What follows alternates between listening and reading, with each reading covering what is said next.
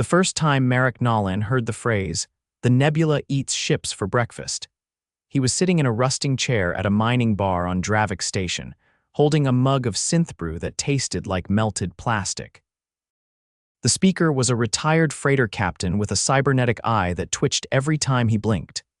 "No system, no species, no navigation AI has ever made it through the Karthan Veil," the captain said, voice hoarse. "You go in and you don't come out, not even your atoms." Marrek didn't argue. He just took another sip and nodded slowly. He'd heard similar tales from at least 6 others across 3 stations. Ships that vanished mid-transmission. Drones that turned into scrap within minutes. Even a Lurian scout vessel built to withstand solar flares had disintegrated within the first kilometer. Yet tucked in the inside pocket of his flight jacket, Marrek carried something that made him think otherwise. It was a map. A real, honest-to-earth map, sketched in spindly lines on some sort of polymer vellum. He'd found it 2 months prior, buried under a collapsed archive basement in the ruins of Tycho Colony. The ancient Martian outpost had been abandoned for over a century, and nobody had bothered to dig through the debris until Marrek had gone looking for salvage. The map had been stored in a sealed titanium tube, alongside a faded logbook with the last entry dated 2134. The log's final line had read, "Trajectory confirmed. If anyone finds this, the veil can be crossed. The path is narrow, but it's there." That was all he had. No coordinates, no author. Just the map, showing the Karthan Veil as a swirling mess of ionized gas, with a single narrow line threading through it like a needle through cloth. Now, sitting across from a captain missing half his teeth, Marrek weighed the odds. "Ever heard of anyone using old maps?" he asked. The captain grunted. "Old maps don't mean much in a shifting nebula. That thing's alive. Magnetic storms, radiation spikes, gravitational surges, every second it changes." Marrek leaned back and tapped his mug. "Maybe that's what everyone thinks." "But what if the nebula doesn't shift as much as people assume?" The captain laughed until he started coughing. "Son, you sound like someone who wants to die in the prettiest grave the galaxy has to offer." Marrek left the bar that night without saying another word. 3 days later, he was back aboard his ship, the Resolute. Small, ugly, but resilient. A decommissioned planetary courier he'd retrofitted over the years with reinforced shielding, manual flight override, and a rudimentary AI co-pilot named Kira. Kira was sarcastic, blunt, and slightly glitchy, but she'd saved his life more than once. Marrek stood in the narrow cockpit, staring at the swirling mass of the Karthan Veil on the main display. "Tell me, Kira," he said, "what's the current consensus on the Veil?" "Consensus remains unchanged," Kira replied. "Entry is inadvisable. Survival probability, less than 1%. And if I told you I had a map, I would advise you to book therapy on the nearest orbital outpost." Marrek pulled the tube from his jacket and unrolled the map across the console. Kira scanned it. "Interesting. Material is late 21st century. Source unknown. Overlaying path with current Veil readings." There was a pause long enough for Marrek to feel his palms sweat. "Some areas align," Kira said finally. "Approximately 78% correlation with known low interference zones. However, the remaining 22% cross high-density plasma fields. I calculate a survival probability of 19% if we follow this exactly." 19, Marrek exhaled. "I've flown worse odds, which is why you have 2 artificial ribs and a shoulder that clicks when you breathe." He leaned over the console and began marking the route manually into the nav system. "Then let's make history." They launched 42 minutes later, no fanfare, no broadcast. Just a quiet burn from the ion engines and a slow curve toward the Veil. The Karthan Veil wasn't beautiful up close. It was terrifying. Great plumes of gas surged like ocean waves, opaque and glowing, while lightning arced silently through them. Radiation readings spiked and fell in jerky bursts. The ship's hull vibrated constantly, like it was holding its breath.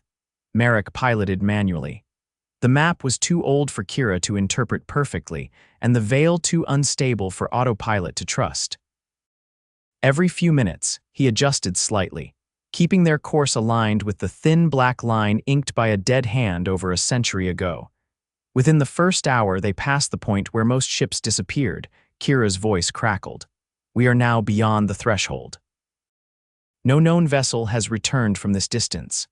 Noted, Marrek muttered, wiping sweat from his brow. A field of electromagnetism surged across their path. Kira rerouted power instantly, but their lights dimmed and the comms dropped. For 30 seconds, they flew blind. When the systems returned, Marrek realized he was gripping the controls so tightly his fingers had gone numb, still on course. With an acceptable deviation, Kira replied. By hour 3, he was exhausted. His eyes burned, his shoulders ached, and the air in the cockpit felt too thin. But the map still matched the readings. The dead zones, the plasma troughs, even the strange, silent pockets of calm, everyone appeared where the ink said they would. They passed a shipwreck at hour 4. It had been a Zolari scout vessel, its hull cracked open like a crushed can. The crew were long gone, but their distress beacon still blinked faintly in the void. Marrek didn't stop. He noted the time, logged the location, and kept flying. At hour 6, a sharp vibration rattled the ship. Then a jolt, then a scream of metal. Port stabilizer array has failed, Kira said. Compensating with lateral thrusters. Marrek swore and gritted his teeth. He'd reinforced the stabilizers before launch. Whatever they'd hit, it hadn't shown on sensors. He checked the map again. The line veered slightly left. Adjust course 6 degrees. Trust the ink. I'm trusting it, Kira said, but I want it noted in the log that I disapprove. Duly noted.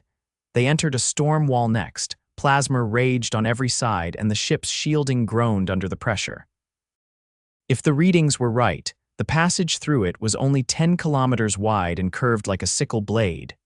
Marrek squinted, guiding the Resolute through the curling path, praying the shielding held. Then they were through, silence.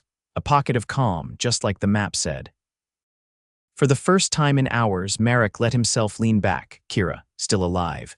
Barely, we're halfway. There was no celebration, no cheering. Just more sweat, more adjustments, and a growing ache behind Marrek's eyes. Hour 9 brought a new problem, a debris field, uncharted. Spinning wreckage, high-velocity shards, and strange, crystalline fragments that shimmered with residual energy. Path curves through it, Kira said. No safe route around. Then we go through. Marrek buckled in tighter. Guide me. They weaved through it slowly. Twice, a fragment glanced the hull, sending up sparks. Once, a jagged panel tore a meter-long gash in the outer plating. Alarms blared. Kira sealed the section. Pressure drop in cargo hold 3, non-critical. They pressed on. At hour 11, the strain caught up to him. His hands trembled. His vision blurred. Marrek, your vitals are declining. I recommend we pause.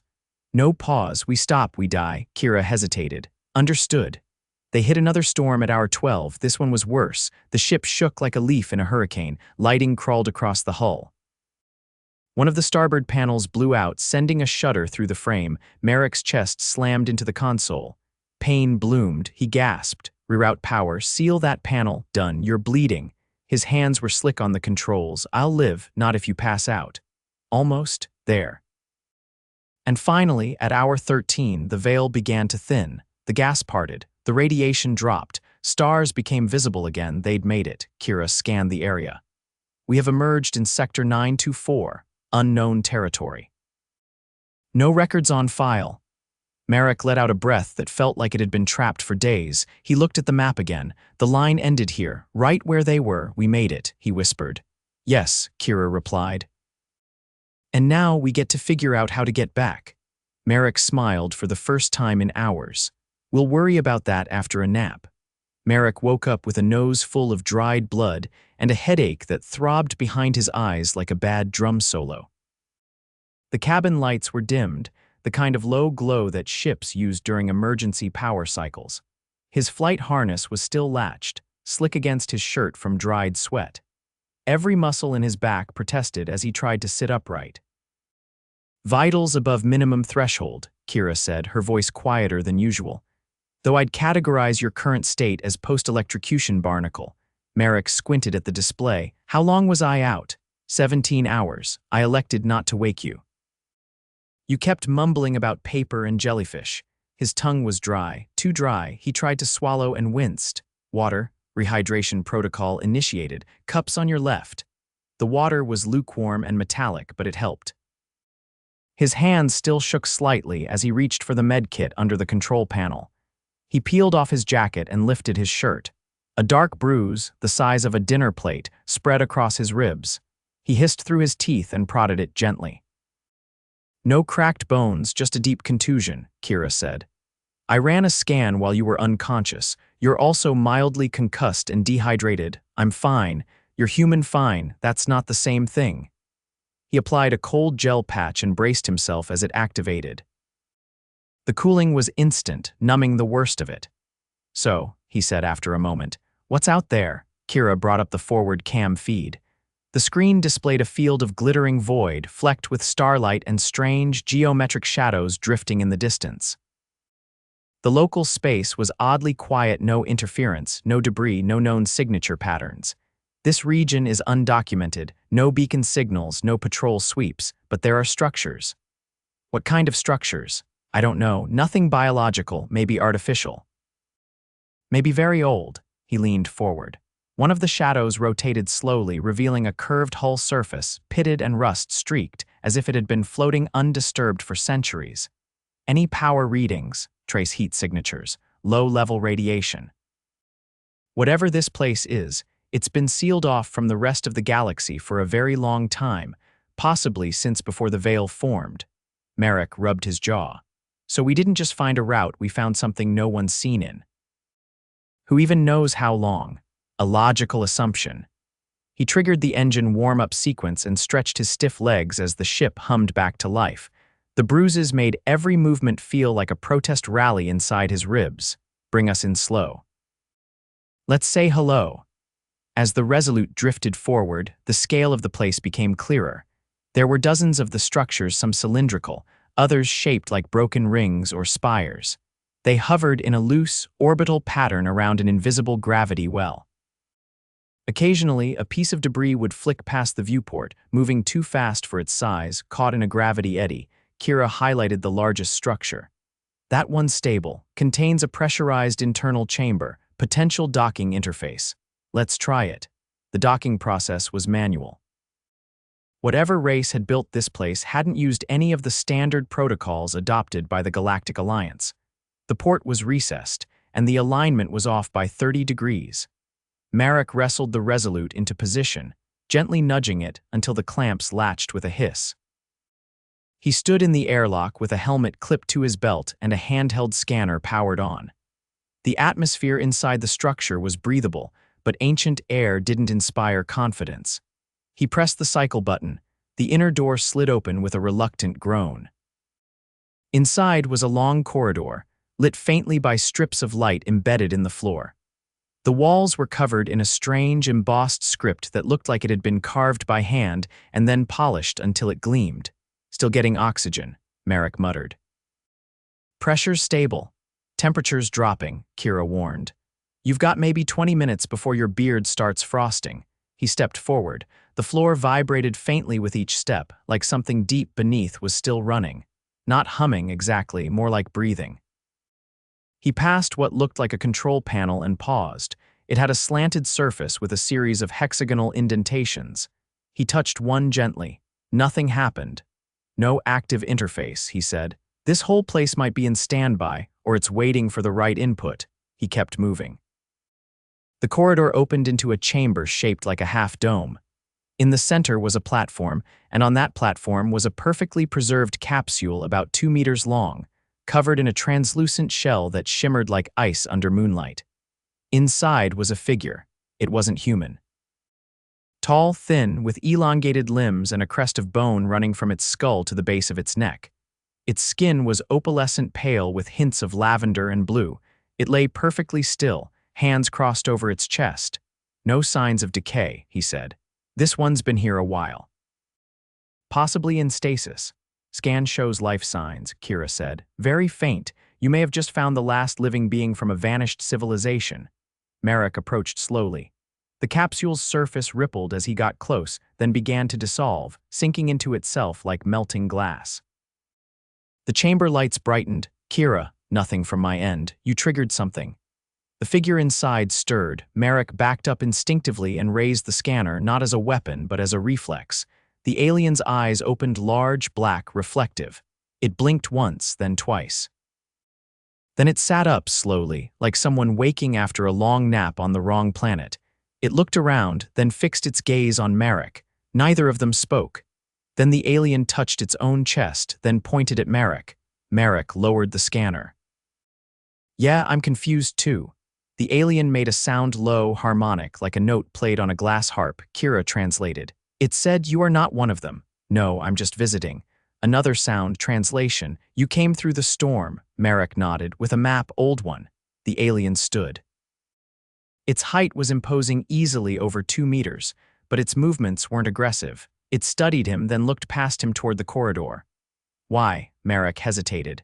"Because I wanted to know what was on the other side." A pause. Then, none returned before. "Yeah, I gathered that." The alien stepped down from the platform. Its bare feet made no sound on the metal floor. "You are human?" Now that was unexpected. "You know about us," the alien considered him. "I knew one long ago." Marrek blinked. "You met a human." The alien turned and gestured toward the corridor. "Come, there is more." They walked together through the ancient halls, the alien leading with quiet confidence. As they moved, lights flickered on ahead of them. Whatever was dormant in this station was waking up. Marrek's ribs ached, but he kept pace. "How long were you in stasis?" The alien tilted its head. "I do not measure time as you do, but I have dreamed across many ages." They reached a chamber filled with display panels, dead for now, but clearly designed for communication. The alien approached a console and placed its hand on a panel. Lights flared. Images appeared: stars, ships, maps. One image caught Marrek's attention. It was the Veil. Not as it looked now, but as a stable system, organized, navigable, with a clear trade route through it. "That was before," the alien said. "Before the collapse." "What happened?" The stars shifted. "A collision of fields, the corridor closed, we could not leave." "And the others?" The alien's face didn't change, but its voice dropped in intensity. "They did not survive the waiting." Marrek looked at the map again. "Someone tried. Centuries ago, they left a path." The alien's gaze sharpened. "One of us," I think it was a human. "The map was found on Mars, old Earth colony." The alien stepped closer. "Then not all was lost." Marrek tapped the console. "Can you restore this, the data?" "I can try." He leaned against the wall, wincing as his ribs reminded him they still existed. "If we can map the route again, others can follow, safely this time." The alien nodded. "Then we build the path anew." And for the first time since he'd crossed the Veil, Marrek felt something heavy lift from his chest. Hope. Marrek's ribs twinged with every breath, but he refused the alien's offer to lie down. Not because of pride he'd lost that somewhere between the second plasma trench and the debris field, but because the room they were in was unlike anything he'd ever seen.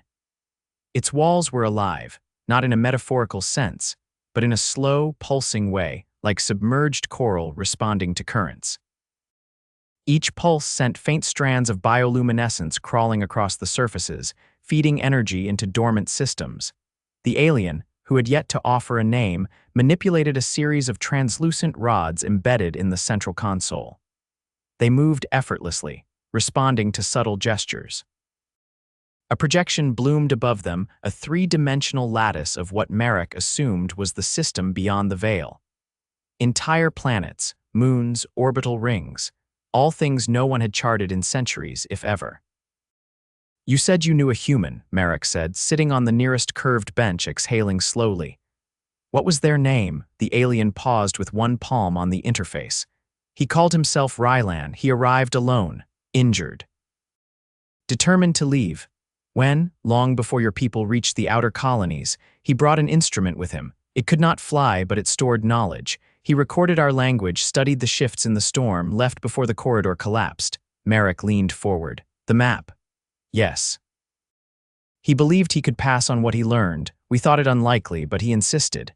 And he made it back. Or someone did. You have the proof." The alien stepped back from the console and approached a vertical panel behind the projection. With a fluid movement, they lifted a recessed latch.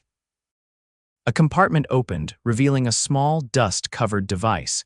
It was rectangular, made of titanium alloy and unmistakably human. Marrek stared. That's an old Earth data core, pre-expansion era. He left it here before his departure. Said it might help if the veil ever opened again. Marrek took it carefully. It was cold to the touch. The casing was scuffed but intact. He popped open the side port and exposed the interface. "Kira, can you raid this?" A moment passed, then her voice crackled over the calm bead in his ear. "Barely. It's older than your taste in music, but some files are intact. I'm scanning now." The alien sat beside him, their long limbs folding with an elegance that made Marrek suddenly aware of how stiff and battered his own body was. "You crossed a broken corridor with only this. The map gave me the route, but it didn't fly the ship for me. You should not have survived. I get that a lot. I am beginning to see why your kind is feared by some." Marrek raised an eyebrow. "Feared? You make decisions with no certainty, endure pain with no purpose, and persist where others would yield." Sounds like a compliment wrapped in a warning. "It is both," Kira chimed in again. "I've extracted a set of logs, audio and visual. Looks like Ryland documented his time here. Also, partial schematics of the original corridor stabilization field." Marrek blinked. "Stabilization field," the alien nodded. "The corridor once relied on anchored generators. When their power decayed, the veil became unpredictable. If we could restore one of them. There is one beneath this station. It has not been active in many cycles, but with correct calibration, it could rethread a narrow channel." Marrek stood, suppressing a groan. "Then show me." They descended through a spiraling shaft, the walls lined with dormant lights that flickered reluctantly as they passed. The deeper they went, the cooler the air became until Marrek could see his breath. The alien moved ahead with practiced ease. While he used the wall for balance, his left leg had started to cramp halfway down, and his ribs were throbbing again. At the bottom was a chamber the size of an orbital dry dock. A massive ring-shaped construct dominated the center, held in place by thick support arms. It was fractured in parts, its surface covered in hairline fissures and corroded plating. But the core was intact. Marrek approached slowly, his boots crunching on a thin layer of frost. "How long has it been dead?" "Since the last wave surge, perhaps 400 cycles. Looks ancient but stable." He turned toward the alien. "You said it needs calibration. What kind?" "Gravitic alignment. The veil shifts around opposing poles. If we re-anchor the field stabilizers, it will compress the corridor." Marrek tapped his calm. "Kira, send me the field resonance data from the map overlay, already on your HUD." He activated his visor and studied the figures. The resonance pattern was chaotic but not random. The veil's distortion rotated in a spiral just like the map's route. He could trace the original corridor's path, extrapolate the field frequencies, and match them to the stabilizer's emitter nodes. "I'll need access to the primary modulation core." The alien gestured toward a raised platform. "It is there, but damaged." He climbed the steps, pain stabbing into his side with each movement. The console was dark but functional. He pried open the access panel and exposed a tangled nest of crystalline conduits and decayed fiber relays. "This'll take a while." He worked for over 3 hours, fingers numb, breath short. At one point he had to stop and inject a pain suppressor into his thigh his torso had begun to seize every time he twisted. The alien assisted silently, offering tools without comment. Together they rewired the modulation array, rerouted power from secondary conduits, and replaced 2 cracked emitter lenses with salvaged ones from a dormant access terminal. At last, a low hum began to rise from the core, followed by a deep thrum that vibrated the floor. "Power is sinking," he said, stepping back. "Field stabilizers are aligning." The alien touched the console gently. "The corridor will not be permanent, weeks perhaps. Then the veil will shift again, long enough to transmit the path. Others will come. They always do." The alien turned toward him. "And you, will you stay?" Marrek looked up at the humming core, then down at his bruised hands. "I've done what I came to do. I'll rest when I'm back on the other side. Then I will guide you out." They returned to the Resolute hours later, both silent during the ascent. The station around them felt less like a tomb now and more like a sleeping sentinel, stirring awake after generations of silence. Inside the cockpit, Kira had already begun broadcasting the corridor window to known Alliance frequencies. The signal was weak but clean. It would reach someone, Marrek strapped in, every joint protesting. Maps updated, path safe. Let's see if the old girl's got enough left in her to go home. Engines are stable, radiation's dropped, the corridor's forming. The alien stood beside the viewport, watching as the swirling edges of the veil began to fold inward, revealing a shimmering tunnel of glowing plasma. "You are not like Rylan," they said. "No, he found the way, I followed it. You made it real." Marrek reached for the controls and glanced back. "You ever want to leave, there's room on board." The alien tilted their head. "Not yet, this place still remembers." Someone must remind it why. The ship detached, engines humming gently. Marrek eased it into the corridor, the stabilizers humming in harmony with the tunnel walls. No turbulence, no lightning, just light. The alien watched until the ship vanished, then turned and walked back into the station, the lights brightening in their wake. Onboard, Kira whistled through the calm. "You know, I never thought I'd say this, but I miss the screaming plasma fields." Marrek leaned back. "You're just upset we didn't explode." "I'm upset we didn't explode dramatically. There's a difference." He allowed himself a tired chuckle as the tunnel narrowed behind them, sealing the corridor like a slowly closing eye. They emerged into known space 14 minutes later. The stars looked the same, but everything was different.